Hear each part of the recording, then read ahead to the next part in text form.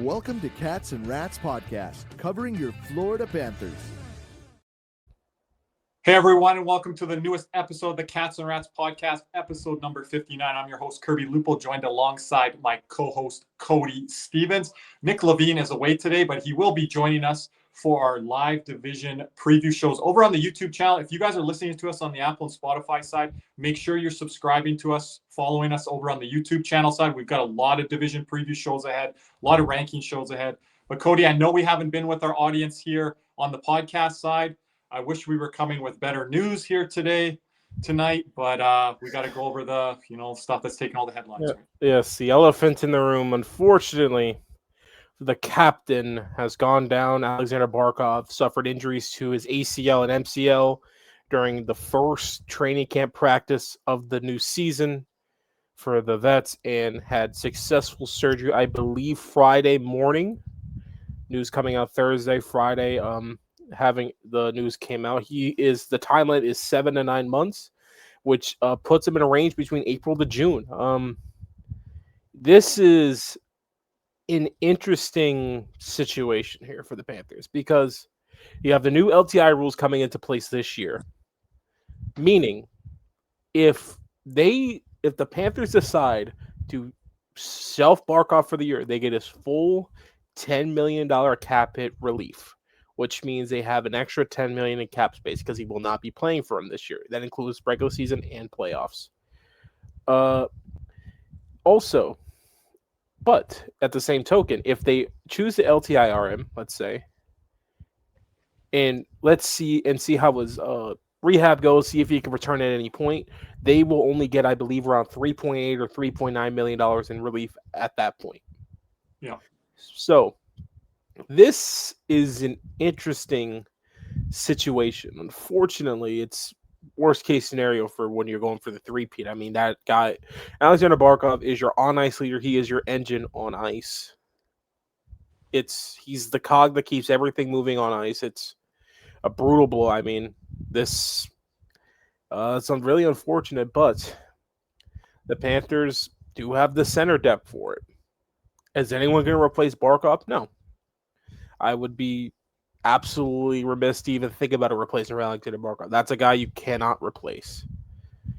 But as stated before, Bill Zito is our GM, and he is the best general manager in the NHL. And when we have a need, he sure as heck fills it. Last year, we needed right-handed D. What does he do at the deadline? Get Seth Jones. It's going to be an interesting thing because I want to know what they're going to do because Kirby, this is uncharted territory for the Panthers because they're still a playoff team in my mind pretty safely, I think. I'll have to see if it's safely or not, but tentatively I would say yes. I'm 80-20, 75-25. Yeah, and I think they're in the grouping of Ottawa that we're going to kind of review later this week. The Rangers coming back into the fold. Even if they're top three, I think you're kind of battling with that third Metro team, whoever it may be, and then the other wild card teams. We've got to see what Columbus again looks like this year. So again, kind of in that mix. I know Nick doesn't like to give this team credit, but the Detroit Red Wings. So again, fans got to kind of adjust their expectations to that. And Cody, this is the worst time for this injury to happen. Teams are all going into training camp and they're kind of settling and finalizing their rosters. It's like you say in baseball, hope springs eternal. There's a lot of these teams that are probably not good hockey teams, but they want to give themselves a chance for the first month and a half, 2 months of the season. Yeah. So they're not going to be handing over. I know we don't need this guy, for example, the Alex Tuxes, Dylan Larkin that could become available. These teams, they're not going to make these deals going into training camp. But then you're going to start to see some of these players become available. And the Panthers are, of course, going to be looking at the center position. And I talked about that on Jim Behringer's show the other day there that I went on. We talked about it in our spaces. We had a couple breaking news Aleksander Barkov ones. And people were asking about the different lineups. The names like Malkin getting thrown out there, Crosby. Obviously, McDavid's not signed, but that's a story for another day. There's going to be these players that come into the picture. Kadri would work a little bit better if his contract was a little bit more palatable for the Panthers, but he's got an extra year or two on it that the Panthers might not be able to eat. So again, I think you go internally right now, Cody. I don't think you go to see what's out there. They've got guys in camp right now, PTO guys. They've got guys down in Charlotte. So you do have some options there. Luke Cunnin, as of this recording, he's looked really good here in preseason. So that could be your 4C option there. But yeah, you're going to have that gap there. But right now, Cody, I think they're looking internally and they're looking on the roster. They're looking at a guy like Erod and even a guy like me. Like, if you guys can see on our YouTube channel side, stay tuned here for Eetu Luostarinen contest coming up. I'd like Eetu to move back to his natural spot, Cody. Yeah, but the way I want the Panthers to kind of attack this is right now, let it be internal. Because, like I said, in the offseason, it was hammered. The only team not trying to get better was the Pittsburgh Penguins. That was the only team that wasn't trying to improve in any way, shape, or form. Now, they do have two pretty good centers on that team, but we'll see. What I would like the Panthers to do is kind of wait till that December, January mark. I know you're earlier than me on that Thanksgiving break, but I want them to see where his rehab is at. Because here's the thing. If he will not be ready by April, shut the plug. Or pull the plug, I'm sorry. Just shut it down. By which date? If he's not ready, if he can't go by April, like early May, late April, okay. I think you shut it down. Because if he can't hit that deadline, and that's a really tough ask, especially when you've only torn not one but two major ligaments in your knee. Mm-hmm. Because once again, if you're trying to rush him back, you're starting to jeopardize the future of this team. Because here's the thing, we could still be a dynasty. That's not my issue. Like the 3-peat to me is secondary right now because of this. I've said that with the Barkov injury. Not everything is secondary, but this to me is because you don't want to jeopardize your future. You don't want to jeopardize Barkov's season next year with any setbacks. And if you have to have another surgery, that you don't even know what that timeline would be. But Cody, I think they need to know before April what they want to do with the Barkov situation because of the cap situation. Yeah, that's what I'm saying. December, January, right around there. Yeah. Just get a feel where his rehab is at. Because if he's ahead of schedule, whatever the case may be, you don't want to close that door. But at the same token, if he's not ready I think he has to be ready by April or he's not playing. Yeah, but you mean that's what I was just trying to clarify. Ready by April, but they need to know by December, January for your time. And I'm fine with that. I want them, which Zito will do anyways, to pick up the phone end of November around that American Thanksgiving break there.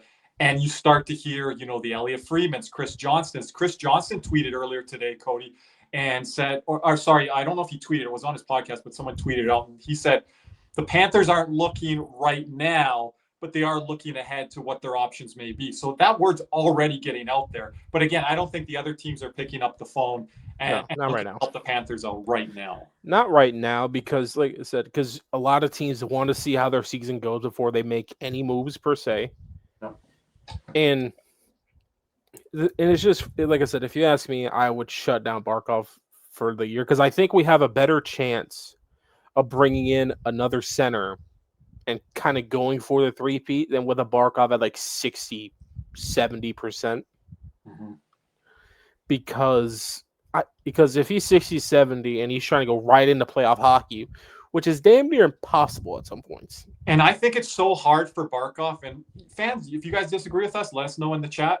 I just think it's really tough for a guy like Barkov that plays a heavy style game when it comes to the playoffs. He's not out there running guys, Cody, but he's out there shutting down everyone's number one center option. He's coming back hard on plays. He's leaning on guys. We saw how ineffective he was with a simple hand injury against the Edmonton Oilers when you're playing against the greatest on the planet, Connor McDavid. And he still, I thought, did a pretty good job defensively. So when you're coming back from a major surgery like this, I think that's just not conducive to Barkov's style when you're trying to play your first games in the playoffs. And at the same time, he's not like a power play specialist, right? No. When Kucherov came back, he's already potting goals. He must have been playing overseas in Russia.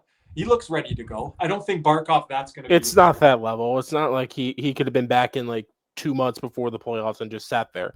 But at the same token, I think there's a better chance of you letting Bill Zito have $5.5 million in cap space because remember, we're $4.5 million over already. And if we get the full relief of Barkov, that's 5.5 right there. I'm more willing to let Zito play with that 5.5 than try and rush Barkov back. Because to be honest, I'm looking way ahead, and just because that's just how I feel about the situation. And I think you have to look at that as your number one center, the captain of your team. He makes everything operate. So I don't think you bring him back out of desperation. And I hate to say that on this season of a three-peat. And if things aren't going well and you're like, okay, we need to have him back in there, I think you're looking at the other contingency plans, like you mentioned, internally, but then the options that are going to be out there. And if you want to look at it glass half full, Cody, and all the fans out there, I think this is kind of a year where it does help us out. And everyone's going to say, no, it doesn't with the LTIR. But listen for a second here. There's going to be options available on the center market. That's not always the case. And with teams willing to move players out, there's a little bit more, cap flexibility where the floor's at versus where the ceiling's at. Teams aren't going to say, hey, we want to see what the CBA is going to look like in the next year or two. They've kind of already released those numbers, Cody. So I think that plays into the Panthers' favor. Yeah. And Bill Zito's an aggressive GM. Let's just keep a spade. And if you don't think he deserves this benefit of the doubt at this point, I don't know what team you're watching. But Bill Zito deserves all the trust, everything right now with this situation. They're in my opinion, they're gonna do the right thing. Cody, like fans in our post-game show last year, they probably got upset at me because I always had this narrative going, fix the right-handed D side. We lost Uyghur 2 years ago. We lost Monter. Now going into a year where we want to go back-to-back. I'm like, what are we doing on the back end here? Went a little cheap early on, obviously, with the Adam Boqvist situation that we often talk about. They tried, right? But I'm like, this isn't going to cut it. And if we want to even get through the first round of the playoffs, we have to adjust our defense. And a lot of fans push back on that, Cody. I don't think fans are pushing back on this. They see the glaring hole, and they believe, like, Zito's most likely going to do something. Push comes to shove. 100%. Like, Aleksander Barkov is the foundation of your franchise. Like, let's be completely honest here. He is the foundation. He is basically what's going to make this franchise successful in the future and everything else around it. It's paramount that you make sure he's going to be ready to go for the years to come here. Because like I said, the magic number is 2030. That's when all the contracts, the NFC start shoring up. That's when that's the year we're seeming to aim at here. Do you want to get into a little bit of talk here for the next few minutes on Evgeny Malkin or the internal options that we have at center? Well, I think our listener wants to do the fun stuff first. Like, I think they want to hear, like, what are on the outside options? Because that's more exciting, let's be honest here. Because the prospect of Evgeny Malkin putting on a Panther jersey, especially as a kid who grew up in that era where he was dominant. I mean, people said, "Oh, Crosby this, Crosby that." Malkin won that first Conn Smythe, their first cup. It wasn't Crosby; it was Malkin. Yep, and Crosby was in street clothes there, I think, in Game 7, right? And with an injury during that game, I think it was. Yeah, but Cody, just sorry to jump in there. With my one of our reoccurring guests, Jim Behringer, also mentioned to me, Malkin, that guy should have been a top 100 player all time. He was kind of snubbed on that list, right? Yeah, 100%. He's like, he should have been on that list. But Malkin has been connected, and I've got another name for everyone here in our Cats Rats community, but I got to wait on it. I got to make a phone call or two. It's a big name you guys are all aware of that the Panthers might be sniffing around on. It's a name, and and you guys are, if you guys heard the name, be like, there's no way. I think that you're the exact words. I got to do some of my background and make some calls on it, but you guys, you're all going to know this name. So this name is very well kind of in play here. But Malkin, Cody, you've said this, and you know people within the NHL as well. Like there's been connections to Florida for quite a while with Malkin. You do have the Russian population down there in South Florida. I don't know what his connections are with Bobrovsky and Kulikov, but again, like there is a fit there. And I was saying this on Jim's show. If you guys were listening, I appreciate you guys listening. If you did, I think Malkin has a chance to show a bit of a leadership role here with having Barkov on the lineup, with having Tkachuk on the lineup. We have really quiet room right now. Like we've got guys that can perform out on the ice, but Sam Reinhart's not going to want to be in front of the microphone. Carter Hage's not going to be in front of the microphone. Sam Bennett, even Aaron Ekblad that wears an A, he leads in the room, but pretty quiet handling things. We've got Brad Marchand to kind of pull on that rope now. But I think a guy like Evgeny Malkin wouldn't mind to come in the latter stage of his career, the twilight of his career, and maybe show some of those things, Cody, that he could have shown 5-6 years ago. Look, Malkin doesn't care. Let's be real. That's his whole thing. And there is a time where pissed off Evgeny Malkin was by far the best player in the world. Yeah, I'm not saying Malkin's going to grab a mic, but he's going to be like pissed off. Evgeny Malkin's like, hey, let me take over this game right now. Yeah. No one else wants to do it. I'll do it. And the thing is with Malkin, and I think a lot of us people are asking the same exact question when we say that name. How much gas does he have left in the tank? And my answer to this is I think if he becomes a Panther, then we'll know the answer to that question. Because there are times when these veteran guys become very just declined, stagnant on their teams when, like their cup windows kind of slam shut here. I mean, look at Marchand in Boston before. Like that season, he wasn't the normal Brad Marchand, and then look at when he comes to us, he's in the playoffs, he has a chance at a cup. There were games where he was by far the best player on the ice, and it wasn't even close. People thought he was done, that he was washed. Also, did he have the hip resurfacing surgery? I don't think he did. It wasn't like the Patrick No. Kane. Okay, but I don't know if there was some minor little things there, but people were really wondering, like, Cody, is he done? Is he cooked? So, I mean, you guys watched the Cup final as much as we did. You guys know the answer to that question. Yeah. Like it's a resounding no. I mean, I thought it had 4 nations, but the question marks were there with Brad Marchand coming up to the trade deadline. Where's the fit going to be if he's moving? How much does he have left? But we kind of seen it in Florida, and I agree with you. I think that's a good indicator to show with Evgeny Malkin. Another guy, Seth Jones, that I talked about earlier this week on some of the shows that I was on. People doubting him. Like Chicago fans telling us coming over to Florida, he's done. He doesn't have anything left. This salary is gonna be an albatross. Perfect fit for the minutes that we needed on the back end. And Game 7 Toronto, I think he was the best player on the ice through the first 2 periods of that game, especially. I think one of the best players in that series for us, especially from the just like it's like winning changes a lot here, especially with the prospect of winning, because it's just a different type of energy. Like it's not like a laissez-faire energy where you're just like, oh, we're just going for the first pick, like Pittsburgh's trying to do. And another name in the same city, this is a lot more far-fetched. But if we got this guy, I think the three-peat's very back on, and it's the best player of this era, Sidney Crosby. Yeah, and I just want to add on the Mel. You want to talk Crosby a little bit? Yeah. Okay, I just want to finish up on Malkin. I know some of the fan base get triggered by this and are upset. They're like, we definitely would not trade a Mackie Samoskevich, or some people might even go further down to a Jack Devine, because I think now everything's going to be compared to that Brad Marchand deal and how little we gave up, right? And fans are hesitant, that I've been hearing, to give up anything for an older Evgeny Malkin, and we'll get into Sidney Crosby here. But I'm willing to be aggressive, just like I was on the Matthew Tkachuk trade, Cody. Not a lot of people were with me on that. I'd be hesitant to trade Mackey for Malkin, but no other prospect. Any other prospect would be on the table for Which one? You want your pick? Here you go. Now, Mackey, on the Crosby front, you're willing.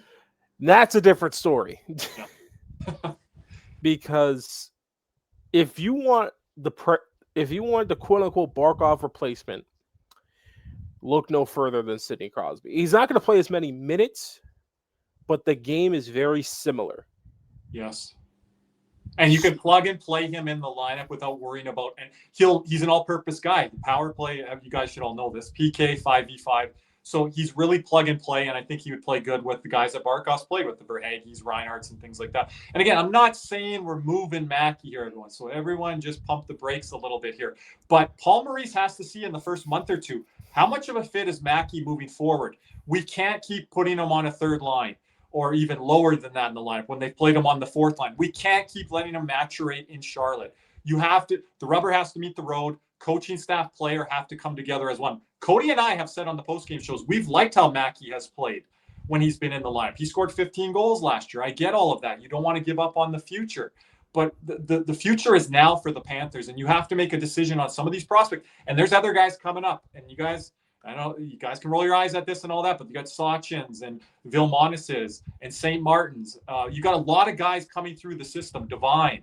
Not all of these guys are going to be here long-term and are going to stick here. You have to decide which ones you're going to move out. And Mackey's probably the one you don't want to move out. But if a trade is there and that's the asking price, otherwise you're not going to get that player, I'd have a hard time, Cody, saying no to a Sidney Crosby deal. If Pittsburgh says, hey, first and Mackey for Crosby, I mean, I'm not putting down the phone. You might talk some other names. Hey, I may try and get some other names in there. Yeah. But if they're like Mackey and first, I'm doing it for Crosby. I'm sorry. Like if we can get it down to a Benning or Devine, I'm listening. But if they're very, very firm on that, then like instead of Mackey, I give you 2 of these other guys. Like something like that. Look at the price. Again, look at the price for Justin Sorda. We got back good value on that. So fans are going to look at that deal. They're going to look at the Marchand deal. Again, Marchand wanted to come. I don't know how we got that for Sorda. I still don't. So some of these deals for those don't make sense. So when we're making these deals, Cody, I, Nick, and all of us over on the Spaces side, we're probably evaluating it higher than what you would as a fan because you saw what Bill Zito has done. But I'm not coming out with lowball offers or these crazy things that I'm going to say to our fan base and our community. Say, yeah, this deal will get it done. How will it get it done? I can't explain how it would, right? Zito's the only one that's going to have to explain that. But again, these are the prices that might be asked. It doesn't mean that's the prices that are going to happen. But again, people are like, are you going to have to pay for Crosby and Malcolm? Like, you probably are. Like, these guys are surefire Hall of Famers. And why do they want to leave Pittsburgh for any situation? That's the other thing as well. Malkin would probably be like what we did for sort of. Like, for those who don't remember, it was the 2nd and the 7th. It would probably be a similar return for that, I think, for Malkin at least, especially if he's trying to force his way here. And that's the other thing. Is like if Crosby says it's either Florida or nothing, like Marchand did, that's when the price can get that low. Because Marchand said it's Florida or nothing. And the Bruins already knew they weren't re-signing him. They're like, let's just get something for him. And that's why the return was so little. And then they get crucified for it, too. That always seems to happen with deals with Bill Zito. So I don't think teams are just lining up for that to happen. But you just never know. Like, something like that can transpire. But, Cody, anything else on the Crosby part before we transition here after our break? No, I mean, as after our break, we're going to talk about our in-house replacements now. And then Anton Lundell, some Sam Bennett talk as well. This was originally supposed to be a Sam Bennett episode. We're going to kind of move it into this episode on the second half of it here, but we might even go investigate that a little further as the season goes along. But all our plans kind of blew up there with the Barkov news here this week. Yeah, just like the Panthers, it kind of just went out the window. It's gonna be an interesting year. It's gonna be a tough year for the Panthers, especially without Barkov. Let's be honest here. Keep a spade a spade. Yeah, you're going to have a lot more of the 2023 roller coasters. I'm not saying it's going to go to that. I don't think it's going to be that. But it could be. I don't know. We don't know yet. We don't know. But it ain't going to be like 2024, which I thought was smooth sailing, the Panthers' first cup here. Yeah. That was smooth sailing with the Monter and Ekblad stuff on the horizon. It was like 24 was smooth sailing in the regular season, but 25 I feel was way more smooth sailing in the playoffs. That's fair. A lot of people are going to go with that. Just because the Toronto thing, you're down 2-0, that's fine, whatever. But that cup final in 24 made it all the hell worse. I worry more about the regular season now, doing all the content and all the fans that we hear from all around the globe, because they're living it every day. And like the regular season, it can be a drain when it's like that. If we could just prepare the fan base and be like, hey, we've won 2 Stanley Cups. We don't know what to exactly expect this regular season, but isn't that the fun part of it? Like everything that we have banked in, it's not like we're in Edmonton's situation where they lost 2 cups or teams like Carolina and Dallas that can't get over the hump. We have. So if fans can just kind of take that step back, this year we're going to be critical at times, or we're going to be like, hey, how can we improve this roster? But just like your overall demeanor and your day-to-day attitude, right, of going in, like we're the reigning defending Stanley Cup champions back to back. Like don't be as mad as 23. I beg of you, please. Come on, yeah, like we see that online. Like, please, and Cody, I don't want to bring it into the picture here, but your Miami Dolphins find the first win today. Let's not be like that. Like, this is a different situation, and it's way different. So let's relax. Hey, even with my football team, the Dallas Cowboys, low expectations, no disappointments. Look at it from that perspective as a Panther fan. Hey, if we just squeak into the playoffs, let's play that underdog role again, and let's see what we can do, and fight till the last breath. That's one of my lines this week, Cody. Fight till the last breath, see how it goes. But for our audio and video listeners, please stay tuned, because after this break, we will be giving away the Eetu Luostarinen saved picture, JSA certified. But as before we continue, let's hear a word from our sponsor, Caneswear. Panthers fever is here. Are you geared up? Caneswear in Davie is the place for all your Florida Panthers needs. They have the latest gear for our favorite NHL team. Jerseys, polos, t-shirts, hoodies, hats, and more. Caneswear has you covered. Stop by their store in Davie or at pantherswear.com. Again, that's pantherswear, WEAR.com for all your Panthers gear. And another word from our other sponsor, Jeremy Beckham with Next Home Treasure Coast. Hey, Panther fans in South Florida need real estate up? Check out Jeremy Beckham with Next Home Treasure Coast. It's a boutique service with a personal touch. Jeremy is seeing humans over houses, working hard for you, whether you're buying or selling.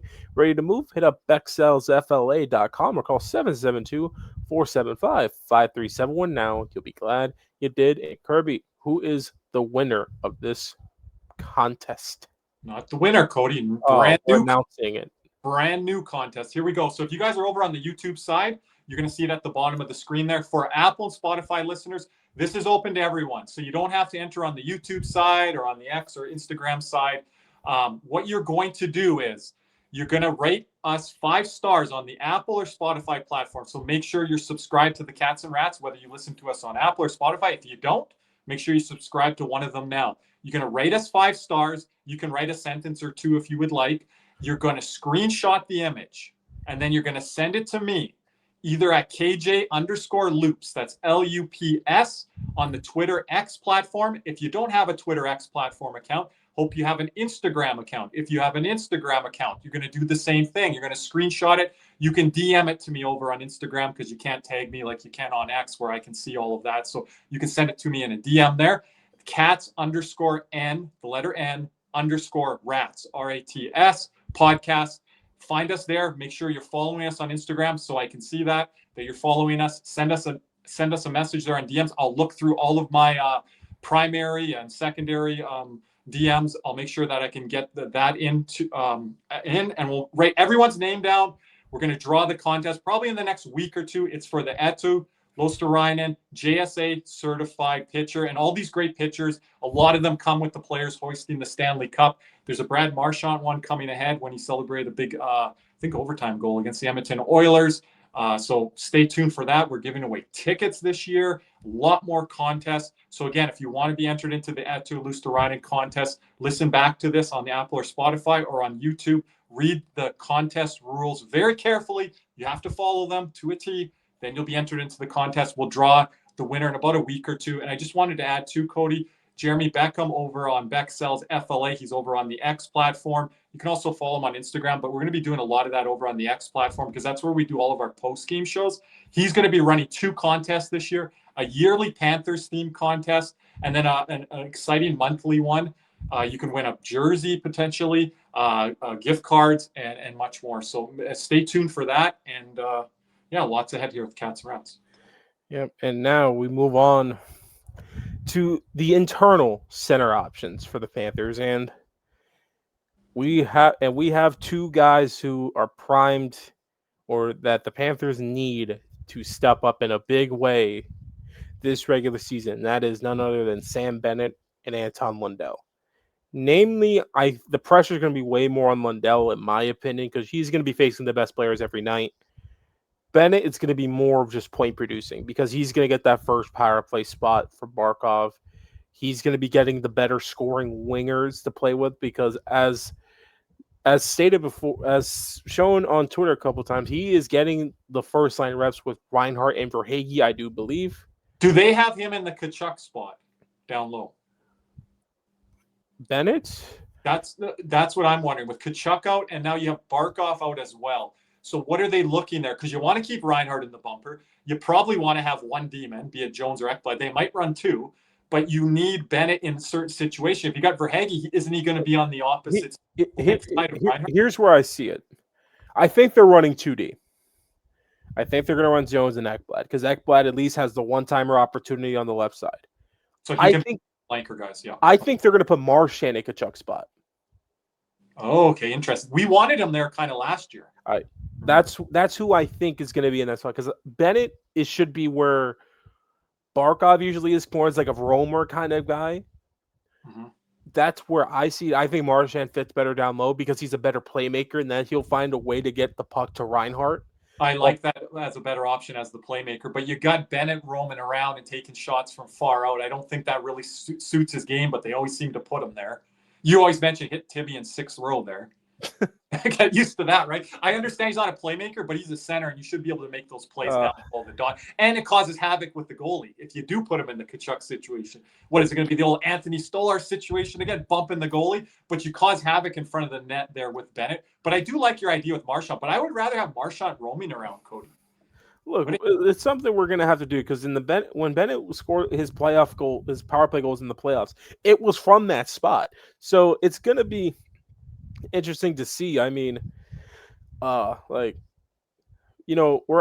be asking a hell of a lot out of Sam Bennett, especially 51 points last year, career high. I understand he had the 15 goals in the playoffs. I mean, he was on a hot streak. I don't expect that moving forward.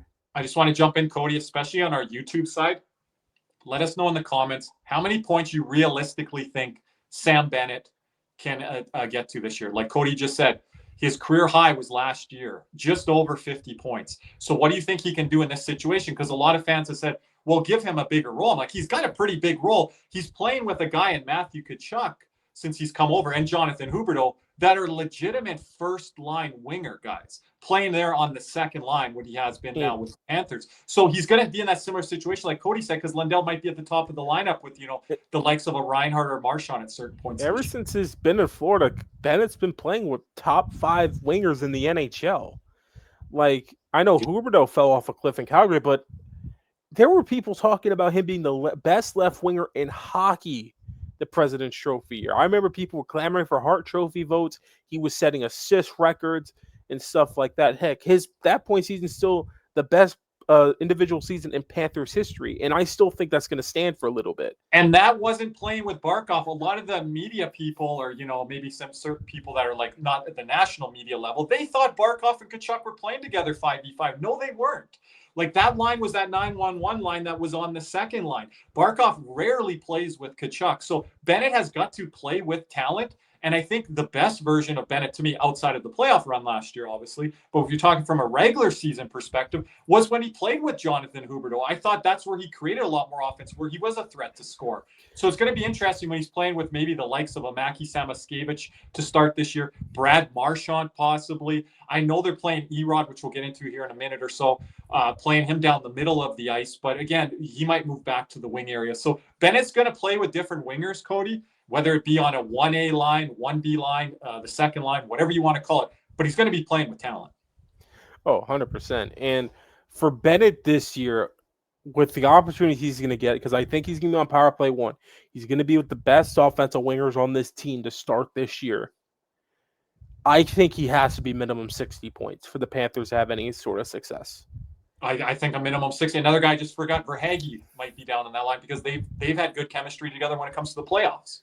When they put that line of Verhaeghe, Bennett, and Tkachuk together. But Bennett's got to be minimum 60 now. Yeah, and like I said, he's not a playmaker, but pot 33 goals and 35 assists or something like that. That should be a realistic 33 and 30. Try that. Like, he's got to be, because here's the thing. Because like I said in the offseason, like I said, I'm not really necessarily the biggest Sam Bennett fan in the world. He drives me nuts on certain things. And people in the offseason were like, oh, like, are you going to be as hard as Bennett on this upcoming regular season? My answer would have been yes because of the contract. But now it's going to be even more. Like, we need to depend on him for offensive output. And then Anton Lundell's the same thing. We need minimum 50, 55 points from him. Yeah, I think Lundell, if we want to kind of transition a little bit to him here, I think his ceiling this year could be like 70, 75 points, but that's really lofty. But I think his ceiling is a bit higher than Bennett with point production. But then again, you're asking Lundell to do all the defensive matchups and assignments. And a lot of the fan base that I've seen commenting already online, Cody, is like, well, Bennett shouldn't be asked to do those jobs. It should be Lundell. Well, then you better come in with a realistic expectation of not asking Anton Lundell to be a point-per-game guy if he's having to do all these difficult defensive matchups, which he now will have to do with Aleksander Barkov on the line. So you're going to need that second line led by Sam Bennett down the middle of the ice there to produce more offensively. Because it's basically when you're talking about Aleksander Barkov and losing him on the offensive side of the puck, you're not necessarily missing goals. He's been a consistent, at least minimum 20 goal scorer his career, but career high 39, and that was in the President's Trophy year. And then last year he only had, I think, 20. So you're not necessarily missing the goals from, because we have elite goal scorers on the team, namely Sam Reinhart, Carter Verhaeghe, both guys 40 goals plus in the last within the last 2-3 years, Reinhart consecutive years. But you're missing the assists. Barkov's 60 assist guy. You're going to be missing some primary assists, I would think, too. Yeah. I haven't looked at that or dug into that, but that's going to be hurting us. Cody, just to jump in on Barkov, too, because I'm going to forget my point here. I think you're going to find offense 5-on-5. I know you're missing your number one center. The problem's going to come on the power play, and it's not just how on the power play where you see with traditional teams setting guys up for nice looks and different things like that, which obviously Aleksander Barkov does. But where we're going to really be hurting with Aleksander Barkov, and this comes on 5-on-5 too with the other centers, is the zone entries. And this is something I talked to you about off air. It's going to be a struggle some nights on home ice just to get the puck through the neutral zone if we're not finding our A game. A lot of nights, Barkov would work his way into games. You see all the comments online. Barkov's not doing anything tonight. If you're watching Barkov, he's doing the little things well. And by the second, third period, he wears down the opponent. He starts to figure things out that night with the matchups because teams are always game planning for him. So he's figuring out, how are they looking at me through the neutral zone 5-on-5? How are they game planning for me on the power play? Because they know I'm probably looking to pass first, pass second, shoot maybe third. Now you're losing some of those playmaking instincts like you mentioned, but you're also losing that guy through the neutral zone. That's your horse. That's your everything. So now do they go to Sam Reinhart on those zone entries? Do they go to a Gustav Forsling, Seth Jones type on the back end for those zone entries? That's going to be one of the interesting things to watch for. And when we're talking about those like primary assists, I think that you're going to get that primarily. If we're talking the two centers, you're going to get it more from Anton Lundell. Because Sam Bennett's career high in assists as of right now is 26, and that was last season. 26. Yes. Lundell's back to Calgary and everything. Lundell's career high is 28, and that was last season as well. And Anton Lundell has got very limited time in the top 6. Yes. And like Bennett, 17 minutes of ice time last season, Lundell, 16 minutes of ice time. Then again, a lot of that's probably penalty kill as well for Lundell because the Panthers have been consistently at the top of the most penalized teams. It is the one drawback with Paul Murray's hockey. It's undisciplined as hell. We're just going to have to accept that. And Cody, who are they going to ask to take the PK1 duties from Barkov? Good old Anton Lundell. So Lundell, Reinhart, you got to get out there on the PK. So even more responsibilities towards Anton Lundell. I don't even know how many minutes or seconds Bennett got on the penalty kill last year. Maybe like 5 to 10 seconds maybe on a penalty kill during the regular season. I'd have to go look at the numbers. But luckily for us, one big stat that Lundell has significantly gotten better at, face-offs.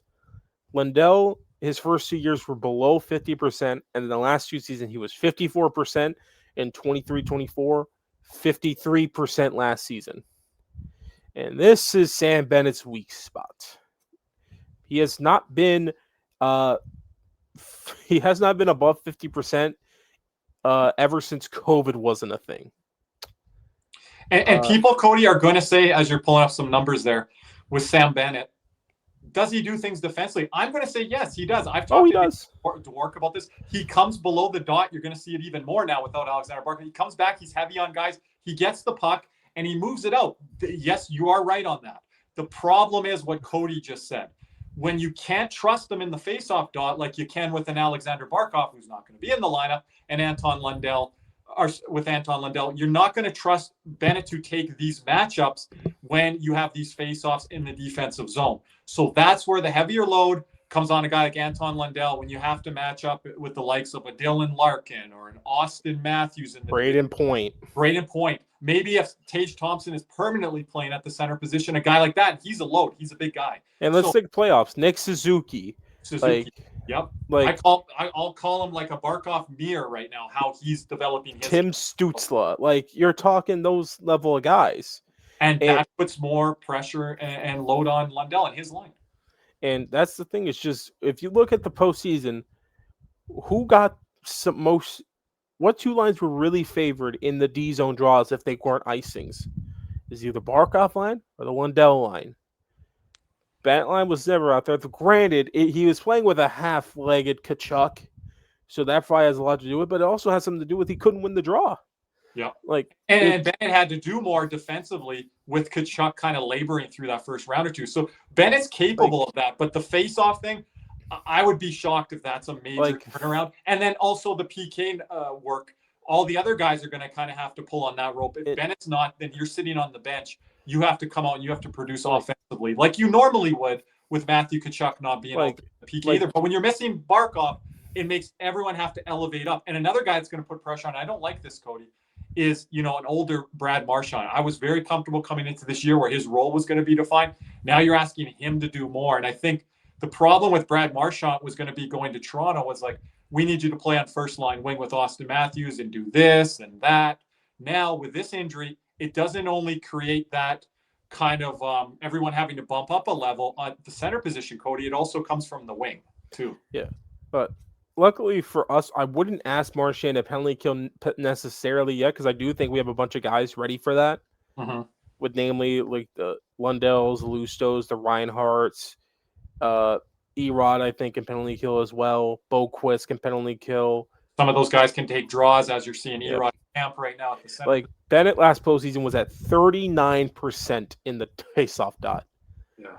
That is putrid. And playoffs, it gets even more difficult than the regular season. So there's certain nights where, Sam Bennett might pull a 65, 70%. I'm not saying that he won't, but you have to be consistent in the draw there. And the coaching staff has to trust you on those matchups. So it's going to be very interesting what Paul Maurice does with those different matchup base. I know in camp right now, Cody, I heard tonight on the game broadcast, he's getting assistant coaches, and they do this anyways, but he's getting assistant coaches to run the bench. So they're deciding who's going out there, who's going over the board. So I think that's also to prepare for what's ahead here with the It's because it's going to be because the offensive side, they're probably going to end up getting more points. Like, if this isn't Sam Bennett's career year, we are screwed. And because well, and you can explain and elaborate on that further, but I also think the guys are going to look, and they're used to Barkov being there. And I know we got some new guys coming in like Luke Cunningham and stuff. He's looked good, but some of the guys that have been there for a while, they're going to be looking and they're like, oh, Barkov's going over their boards. No, he's not here. He's not.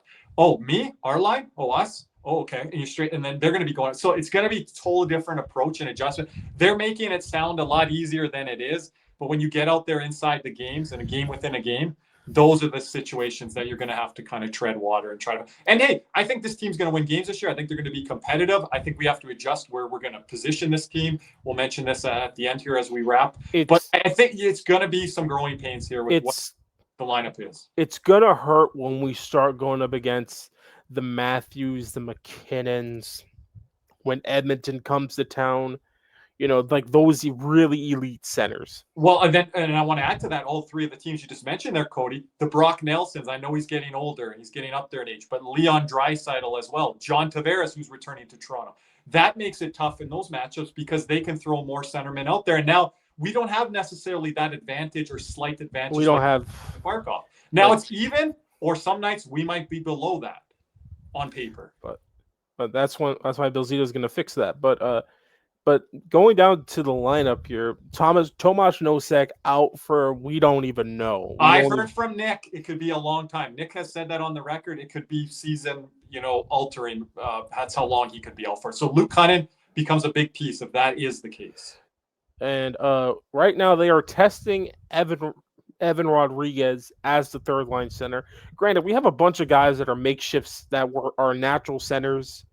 That because here's the thing, the entirety of our first line are an all natural centers. Bennett, Verhaeghe, Reinhardt. Those are all natural centers. And then the second line, Lundell, Luostarinen, and Marchand. Marchand is the only non-natural center on that line. The third line now, it's Rodriguez, Boquist, and Mackey. And I want to say Boquist is a natural center. I want to say that, but I could be wrong. When he was with Boston or New Jersey, I'm not sure. He might have been. I'm not sure. I'm gonna lean with my gun and say he wasn't, but it wouldn't surprise me if he was. Huh. But it's kind of, you can throw a bunch of guys. Like, I think the one guy we want to see at 3C is Eetu Luostarinen, because that's when you get that kind of defensive matchup better against other teams, because Erod's okay, but we can all sit here and understand that Eetu Luostarinen is the better player defensively. And he's a little bit bigger than Erod, a little bit stronger. He can lean on guys, and like you said, he plays with some of that piss and vinegar. He's a mean guy out there. I mean, listen, Lusto, people don't get it. Like, didn't really understand, but he thrives in mucky environments. And we're in that now in the regular season with this injury. Like, and points wise, they are right around the same, I believe, Eetu and Erod. And I would like Eetu to be on the third line, centering a line, because I do not want him anywhere near the top 6. During the regular season, let me state that, everyone. I know what he did in the playoffs, but for an 82-game regular season, I don't think you can just ask like Lundell and Marchand to kind of carry him in that offensive realm in that situation. Now, maybe he's grown a bit, but again, he's an older player. I think he kind of is what he is. He had a really good run last year in the playoffs, but you can't determine everything off of that. I would rather have him lower down the lineup, centering a line, and you can have certain guys on his wing, be it a Marchand, be it an Erod if he moves back to the wing, a Boquist.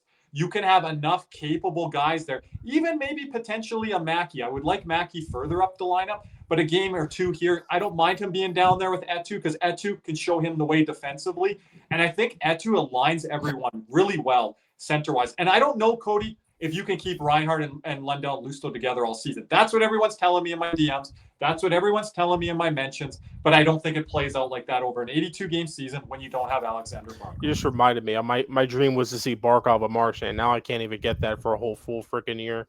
I know. And I'm looking at their numbers here, and neither one of them are great in the face-off dot. You're talking Eetu and Erod? Eetu and Erod. It's like Erod had some close to 50% years, but he's a career 45% guy in the draw. Etu's a career 44% guy in the draw.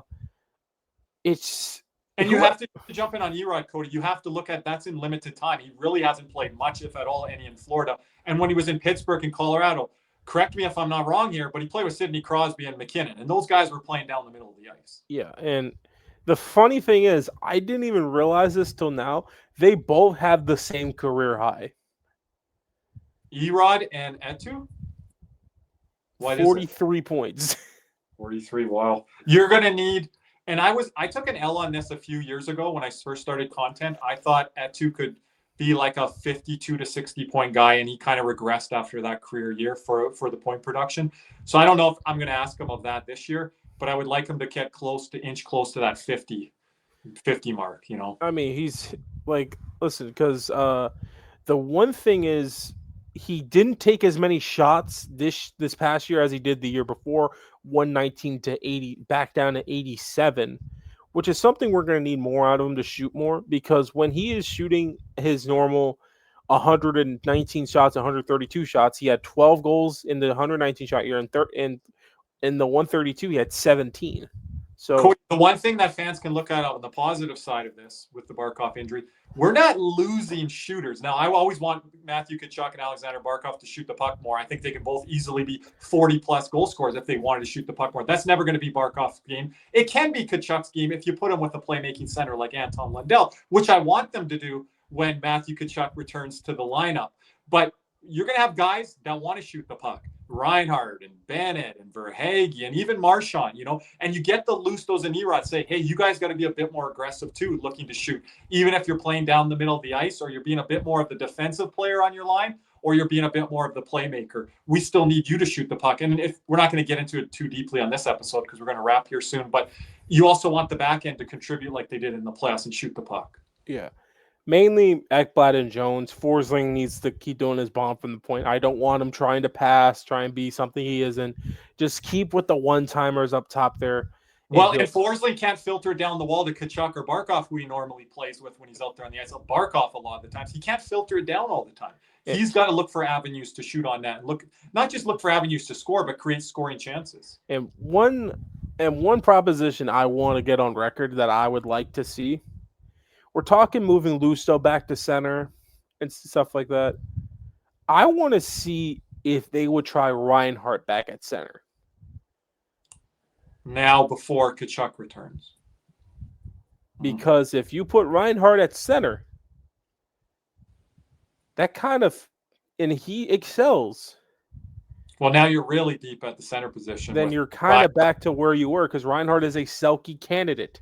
So would you drop Bennett down to quasi the third line there, or Lundell's going to the third line and he's getting those defensive matchups? But then I want Lundell to be able to play with talent on the wings, Cody. You're taking a guy away from the wings, your best winger, I will say, and Sam Reinhart. Yes, I'm saying that. And then you're putting him at the center position. Now that weakens you on the wing, which I'm fine with. But Lundell, to me, still needs to play with skill if he's dropping down to the third line. Originally, he would have been playing with Marchand. Here's the way I would think about it. Because to start the year... I don't want that third line to be a black hole if Lundell's just playing with, I love the guys, but Eetu and Erod on his wings. I don't think that creates... I would put Erod with Reinhart, and I would run Reinhart, like Verhaeghe, Reinhart, Erod. Okay, Erod further up the lineup. Okay. And then... Erod at center, you have Reinhart there. Okay.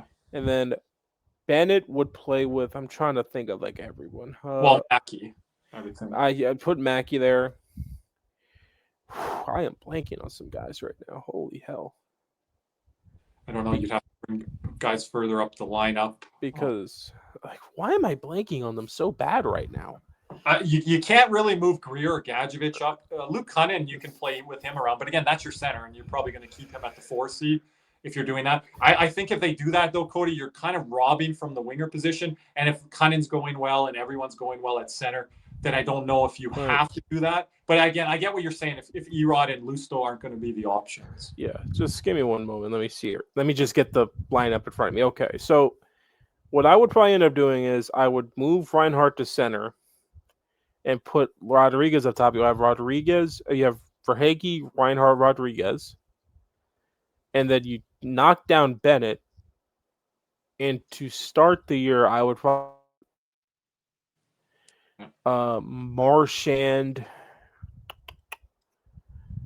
and then Lusto, because I would like Lundell with Mackey a bit, maybe. Oh, you're really jumbling up if he's with Mackey. Yeah, I was thinking like Mackey would be on a line. But it fills out better when Tkachuk's back, because then you knock down Marchand to where Tkachuk is. Like, I just want to put my Tkachuk lineup out there because I want to put it early on so everyone hears this on the podcast side, because I know you guys don't all listen to us on our other platforms. But I would put a line of Tkachuk, Lundell, Reinhart, your first line. That's what I would run with. And all that separates Bennett from Tkachuk, and everyone that wants to see the rat line of Bennett, Marchand, Tkachuk. I got to get that on record. Yeah. What's that? I do not want Bennett, Tkachuk, and Marchand on the same line, because I think it's a redundant good. You have the option to potentially push Marchand down to the third line, but I think he's going to be seeing a lot of top six. Yeah, but it's interesting because the current third line. If Marchand is struggling when Tkachuk comes back, there is a world where you do see him on a third line, Brad Marchand. And because I would like to see Lundell get to why are we asking? Okay, this is Cody, and we're going to go here soon. Why are we asking Anton Lundell to be a first-line center to start the season, but when Tkachuk comes back, no, we don't want to have Lundell and Tkachuk together on top line. I do. I certainly do. And you can maybe not have Reinhart there, but if you really want to have that line supercharged, if you add Verhaeghe to that with Tkachuk, then Lundell has to do all the work defensively. All options are on the table in my head. But that's my dream line, the Tkachuk, Reinhart, and Lundell line when Matthew Tkachuk comes back here with Aleksander Barkov line. This is the chance to try it. You have Lundell locked in long term. He's supposed to be your center of the future. You see what he looks like with Tkachuk, and you go from there. I know we brought Bennett back, but Bennett shouldn't be stapled to Matthew Tkachuk for the next 8 years. If there's better options or options that are going to work better in the short run, then you go with that. And we see what it looks like. And I like Lundell and Tkachuk together when they have played together. It's, as stated, I really don't like this third line. I mean, Rodriguez, Boquist, Sam Miskevich. I mean, you're asking a hell of a lot out of Sam Miskevich to start the year. I mean, oh boy. Yeah, he's going to be into the fire. You want him to produce on the power play one. We spoke on the power play one. I think he's going to have his mark. He's going to try to make his statement there because he has played there before. But he's going to be out there on a power play one potentially without the two leaders of the team, Aleksander Barkov, Matthew Tkachuk. And he had a lot of good chemistry with Matthew Tkachuk last year. But the one saving grace people might have forgot from last year, Mackey had really good chemistry going with Seth Jones. Oh, yeah. on that power play. So I like how Jones and Mackey work and operate off of each other. So as much as you can get Jones out there on the ice with Mackey 5-on-5 or power play, whoever's listening within the organization, do it. Because I think that really works 5v5, especially on the power play. But anyway, wrapping up here, just like this could go a lot of ways. Give us your line combinations in the YouTube comment section. Let us know. Comment, what would you like to see? Because with Barkov out, I'm open to anything on the table. Because I don't think I'm going to come back in the comment section and say, oh, I don't really see that. Like, there's a lot of things that are open. And I think that's the positive as we wrap here. We got to look at as Panther fans. That's the positive. We have options here. I know who we lost. I'm wearing the jersey. If you see me on YouTube, this is for the captain today. I don't care what episode number this is. This is for the captain. But we have options here, everyone. So let's see what it looks like in preseason here, throughout preseason, the conclusion of preseason, and then going into the regular season. And Paul Maurice, he's got to be adaptable. He might have what his pitcher is in mind, what he wants to do, but this is going to really challenge the coaching staff too, and their adaptability. And I'm looking forward to seeing what it looks like. You just got to find a way. Yep. That's basically what's going to be the motto of the season. Find a way. I just want to say some housekeeping items as we close up here. Nick will be back. He'll be joining us over on our live stream side. So again, if you're just listening to us on Apple, Spotify, make sure you are subscribed to our YouTube channel so you don't miss our content there. We're doing a lot of content there. And if you're not an X platform person, I understand. But if you are, or you want to give it a try, post games, we're going to be on there a lot this year. So check us out after Panther games. Myself and a collection of my co-hosts, including Cody as well here. We will be over there on the X platform side. Post games, after Panther games, should be fun. We're a week away from opening night here, and it's going to be fun breaking down first game of the year. Cody, we're going to get a lot of short-term questions, and then we're going to get those long-ranging questions I know from our fan base. Guys, what do you think of this team? What moves do we need to make and all that? So we try to talk about the game in the first hour, and then we get into some of that other stuff as we go along in that second hour. And we talk around the NHL as well. And After Dark's going to be returning here too. I don't know if it's going to be returning this Saturday officially, but we will be back for the start of the season. So look for NHL After Dark on our YouTube channel side. Myself, Cody, Nick Levine, and Cesar Lucero, our producer behind the scenes and on camera as well. As you know, is Big C's because he's way more famous than any of the rest of us. So yeah, he had field side tickets for the Dolphins and Jets games as of this recording tonight. So I saw him hamming it up there with the Taylor family, Mason Taylor, New York Jets. Had a heck of a game. Was a pretty good player out there. I knew he was going to have a good game because, he's back home, and hometown players always kill any hometown team. So it's like I said, this season's going to be a fun one. Just win, lose, or draw. Remember, we're back-to-back Stanley Cup champs. You have a cup to tuck you in at night. Most teams don't. Two. Not one, two. But I mean, right now, injury front on my teams, I can't catch a break. Oh boy! But anyway, we appreciate the listen. Please like and subscribe. Once again, leave a comment. What line combination do you want to see? Because in my opinion, anything's on the table. If the season kind of start going a bit awry, remember contest rules must rate 5 stars on Apple, Spotify, and then screenshot and then DM it to Kirby on X at KJ_loops or the CatsNRatsPodcast on Instagram. But as we say goodbye, once again, thank you for watching. And as always, let's go Cats. What's up, Cats and Rats fans? If you enjoyed that video, be sure to hit the like and subscribe button before you head out. If you're listening to us on Apple and Spotify, make sure you leave us a 5-star review. And just like always, let's go Cats.